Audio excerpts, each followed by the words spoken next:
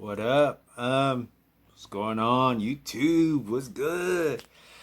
And I guess the rest of the world too. What's up? It's your good and faithful friend Cecil Ortega, and yeah, we just rocking it, we're having a good time. I kind of want to touch on a little bit about politics. And politics is really a big thing. It's not just like limited just to like government. I mean, politics kind of exists on like every faction of life, and that there's always like a particular kind of like politics that really exist in like even the smallest of fractions, like work politics. Or I come from breakdance community, so like we have politics in the breakdance community.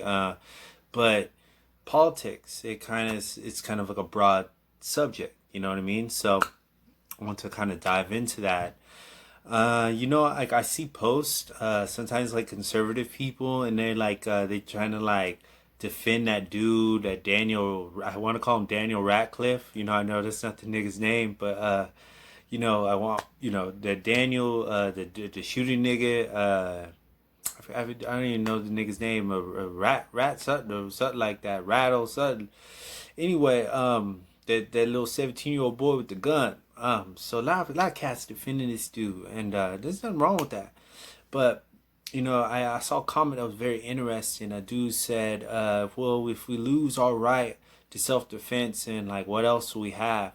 So I mean, like, if that's like a universal principle, if you're like down for self-defense, and why can't like black people defend themselves against cops? You know what I mean? You got the Breonna Taylor incident. That slides right up in there. Dude defends himself against cop. What is he supposed to do? Just get shot up? Like at what point does okay? Like you're basically saying that cops' lives are more important than regular people's lives. All right. You're saying that okay, blue lives are more important than everyone else's lives. You know what I'm saying? And that there's no fairness in that, and there's not even a metric system in that. There's like no truth in that. Everybody's the same. And until we start treating people like that, like everybody's the same, we're not going to get anywhere, not only as individuals, but also as a collective, as a group. There's a whole bunch of foolery with this kind of nonsense. The black community, for instance, like the black community is really big on like eldership, and everyone's like, oh yeah, you should always respect your elders, yada, yada, yada. But why? You know? That's a question that's not really asked. People say like, "Oh, we're supposed to have like this respect," and that's cool if that's what you want to do with your life. But like, why? You know what I mean? To me, I believe that everybody's fair, everybody's equal, that there's no body who's better than anybody else. We're all the same, and we should all be graded based on our contribution to humanity or to our life. It's not necessarily a contribution to society. Fuck society. Society's a made up thing. But it's more about your contribution to humanity, which is really all of life. I mean, you could try to separate humans from the rest of life, but that's just not it's not a feasible option. Like, if you want to live in truth, that's just you're not gonna be able to live in too much truth if if you're not unwilling to accept your place. We all have a place, and that takes humbleness to really kind of accept your role in not only humanity but really all of life. But to me, I consider everything to be human in that same regard. Like, humans act like they have like some sort of like extra something. And I know that you can get technical here, and you can say, well, okay, well, these species of humans over here are a little different than these species of humans over here. And you would be very accurate with this kind of separation in the road. But to totally separate yourself from nature itself is just something that, regardless of what species you are, you should not do. It just doesn't, it's not going to benefit you. Personally. It's not going to benefit you. So it's again, that's something that every kind of human being needs to kind of find on their own. You know what I mean? I can point it out, but again, if you don't believe it, then it's not going to do you any good. Happiness is something that I like to look at myself as a specialize in.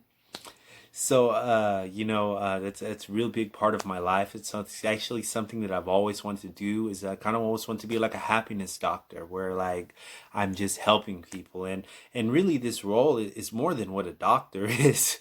Like doctor is so limited in our society, but the full spectrum of it is just being a help, and just kind of help people find themselves again. And again, you got to kind of realize that you lost yourself, and until you kind of realize that, you probably won't find yourself. That's just a reality and the truth. There's nothing much that I can do to help you if you don't realize that you need to be helped. So, that's the whole thing. You can only help people that want to help. It's a two-way street. All relationships are two-way street. You know what I mean? Like that's how the connection happens. I'm going this way and you're coming this way, and then we meet in the middle. Like that's the connection. So, and I guess that could apply to a lot of other things too. That's the beauty of truth, is that it's universal. So once you start getting into a more broader understanding of universal truth, then it really helps. But going back into politics, politics is like this wonderful thing. It's it's different dynamics. People don't see their own personal biases, I think, and yeah, a lot of people are very contradictory in this society. It is what it is, I guess. There's an element of truth that is contradictory, but in the manner in which most people are contradictory, this particular matter of truth is not applicable. Yeah, and again, that's for every human to find out on their own. But to be the voice and the bearer of truth, some things are just not applicable to this particular situation or all situations, just to make it more broad. Um, yeah, so, that's that.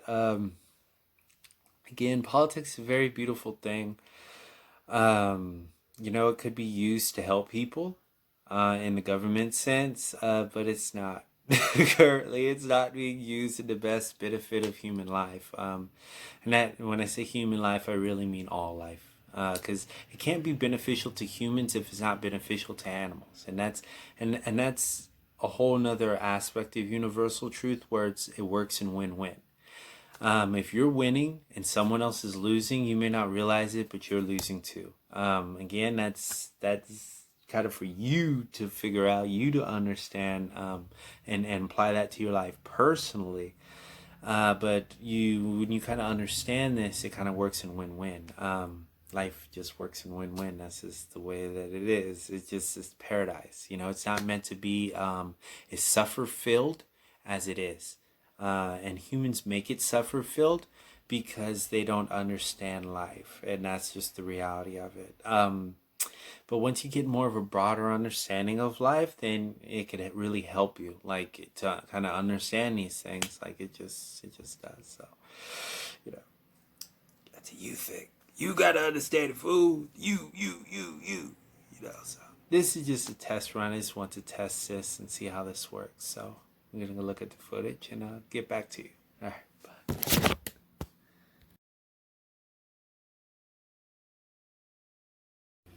And now for the exciting part two. Yeah, old Cecil Nader. Yeah. So, yeah. I might use this style. I'm kind of using my laptop as a holder for the camera. So I haven't tried this style yet. But I'm kind of liking it. Okay, I don't have to hold it with one hand anymore. So now I got something to hold it. Okay, I can work with it.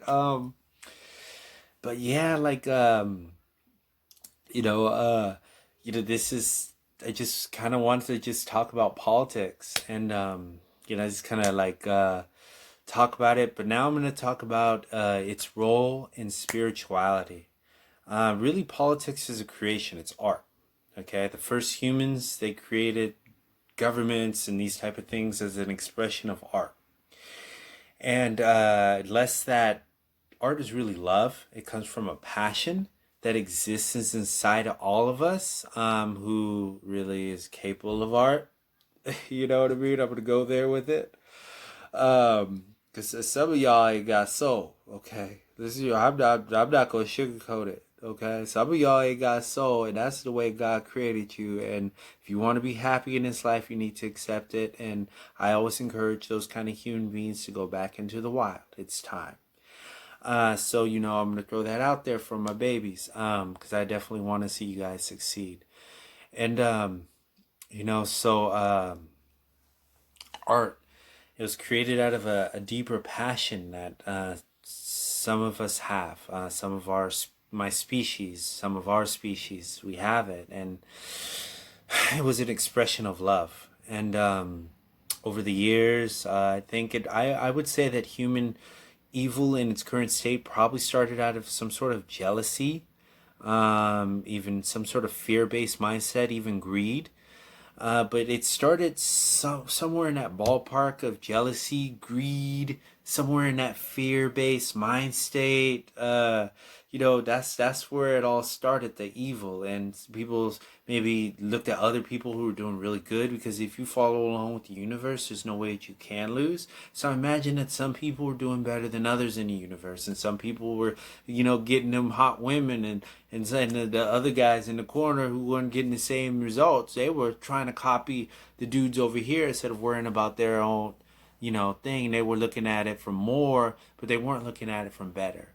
And I think that's where the key is. People get lost in more, but they don't realize that better is better than more. You know what I mean? Better, it will actually give you self-fulfillment. It'll give you some happiness. But more, you're always going to be chasing more. Like, more is a never-ending battle, because you can never have enough. You can own $1 trillion and still want more money. I tell that to Jeff Bezos or whatever. That guy doesn't have to work.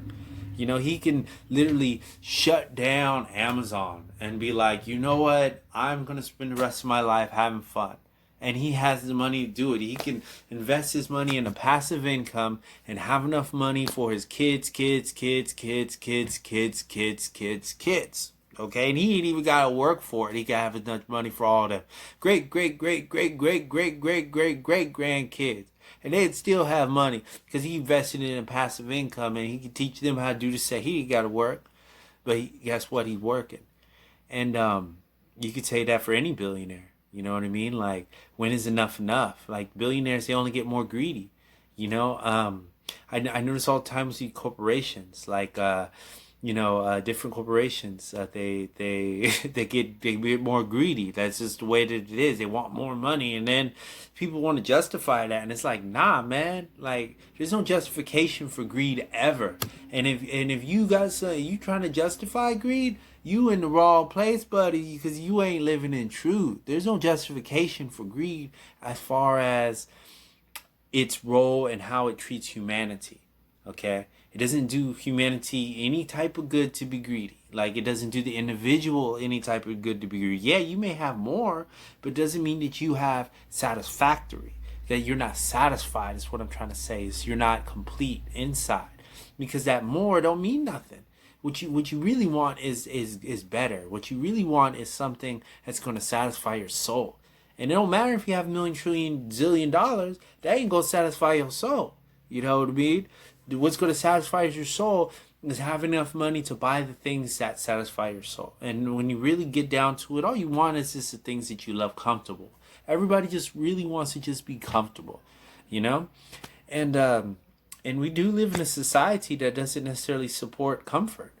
Uh, society realizes that if you get too comfortable, you're going to start asking for more love. And more love means more truth. And more truth means that they probably won't be in power for very much longer. And they don't like that. This country is very much centered around rich, blue blood Europeans staying in power. It's not centered around anything else. Like if you're not a rich blue blood European, and just you may be a European, but you're not a blue blood European, and you're not a rich blue blood European, you don't count. And that's something that every European needs to understand. They say, "Oh, yeah, racism works out for us," and I think that's why a lot of them, they kind of do is they think that it works out for them, but it doesn't work out for them as an individual, and that's the red flag. It's like, okay, are you happy though? You may be racist, but are you happy though? You know what I mean? Oh, you ain't happy because you looking at things on a you're living in such a stereotypical world. You're not looking at things from a personalized viewpoint. You're not looking at things based on the situation. You just believe in like these horrible ass talking points. You know what I mean? So there's so much there. So yeah, ooh.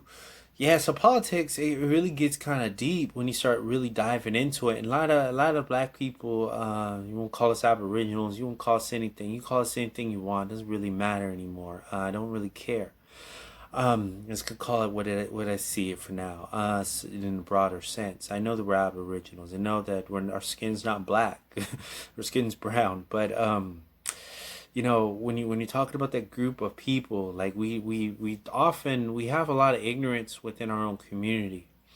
And I think that unless you really like kind of dive into that ignorance, that and really question some of probably a lot of your own beliefs, you probably ain't gonna get nowhere. Cause then there's so many people that claim that they're woke. They say, "Oh, I'm woke," yada yada yada, and yada. But yet you hold so many European ideas. Like, how can you be woke and hold all these European ideas? That don't make no damn sense. Like, those European ideas are sleepy ideas. You're not woke. You're sleeping. You don't realize it. But your only power in love. I mean, your only power is love. So you only have power in love. So if you're not loving, then you're not in power. You gotta kind of understand that for yourself. Like, yeah, people may have like guns and shit, but through love, you can speak to the people who has the guns, and you can outsmart the people who has the guns, and you can fight better than the people that has guns. Like, there's so many different ways you can use love in even the worst situations. So having an element of love to your repertoire, if you will, if you want to even limit it to such, it could help on any level. And a lot of people are too scared to love. They think that love is weakness. And that, again, that's European shit. That's some shit that you learned from the Europeans when they came over here. And that's something that you have to find out on your own. And I'm going to leave it at that. So anyway, this is another great video from Cecil Ortega. I encourage all you guys to be happy, because that's where your power is. Relaxation is happiness. Relax for easy power. You guys want to, do some of the more powerful shit, control the weather, all that kind of shit. It is possible, baby. You can even have yourself an animal army. You can control people, get in their minds and shit. Cause there's all kinds of fucking ways you can do shit. You can do all kinds of shit, like some of that X-Men shit you can do in real life. So shoot chi energy out, fly. There's all kinds of shit. You want to do some of that crazy shit. You want to do some of that wild shit. You want to do some of that shit before the Europeans came type shit. Lift objects up with your mind, whatever it may be. Levitate off the ground, whatever it may be. You want to get into some of that crazy shit, I invite you to relax. Relax for easy power. As simple as that. Learn to turn off what the Europeans have turned on. Unplug yourself from the Matrix, fool. So anyway, definitely I invite you to be happy and try it. If you're not happy, try it. You drinking that Jesus juice, stop drinking it. Throw the carton away. Dump it down the drain. So, just live your life and have fun. Try it. So this is Cecil Ortega, and I love you guys. And namaste, and yeah, and for all the wild ones out there, I'm gonna give you guys a shout out real quick. I really would like for you guys to try this, to go back into the wild. And I know that's a big step. It's asking a lot of you got jobs, a lot of you got stuff. But I'm going to throw it out there, and I want the freedom to reign on this planet. So I invite all the wild ones.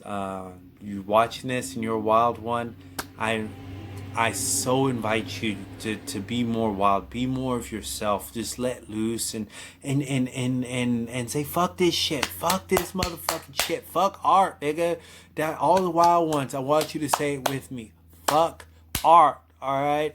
Wild ones, fuck art, all right. So art is not applicable to your lifestyle. It's not applicable to your well-being.